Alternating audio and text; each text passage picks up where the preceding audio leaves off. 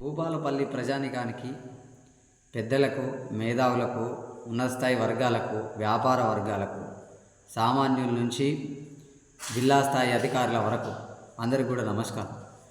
DYFI Bhupalpally జిల్లా committee ఆధ్వర్యంలో గంజాయి డ్రగ్స్ నిర్మూలిద్దాం, సమాజాన్ని కాపాడుకుందాం అనే నినాదంతో ఆగస్టు 7 నుంచి 13 వరకు 120 కిలోమీటర్ల పాదయాత్ర చేయాలని నిర్వహించింది.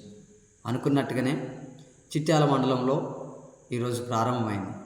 చిట్యాల మండలంలో ప్రారంభమై చల్లగరిగ, లింగాల క్రాసు, రంగయ్యపల్లె వరకు దాదాపు 18 కిలోమీటర్ల పాదయాత్ర కంప్లీట్ అయింది. ఈ పాదయాత్ర ప్రారంభ విజయవంతానికి సాయం చేసిన ప్రతి ఒక్కరికి పేరు పేరున ధన్యవాదాలు. వర్షం వచ్చినా వరద వచ్చినా ఈ పాదయాత్రను ఆపొద్దనుకున్నాం. జిల్లా కమిటీ ఆధ్వర్యంలో ఈరోజు ఆ కృషి జరిగింది. వాడి వరకు సంతోషం. రేపటి నుంచి కూడా మా లక్ష్యాన్ని చేరే వరకు ఈ జిల్లాను డ్రగ్స్ రహిత జిల్లాగా మార్చుకోవడం కోసం చేసే ప్రయత్నంలో భాగంగా ఈ జిల్లాలో ఉండే అటువంటి ప్రజల్ని, యువకుల్ని చైతన్యం చేస్తూ ఓ మహమ్మారిలా వెంటాడుతూ ఈ సమాజాన్ని నాశనం చేయడానికి చీడపురుగులా వస్తున్న గంజాయి డ్రగ్స్ అనే మహమ్మారిని తరిమి కొట్టడం కోసం డివైఎఫ్ఐగా మేము ప్రయత్నం చేస్తూ ఉన్నాం. ప్రజలందరూ, యువకులందరూ దీన్ని స్వాగతిస్తారని కూడా ఆశిస్తున్నాం. రేపటి నుంచి జరగబోయే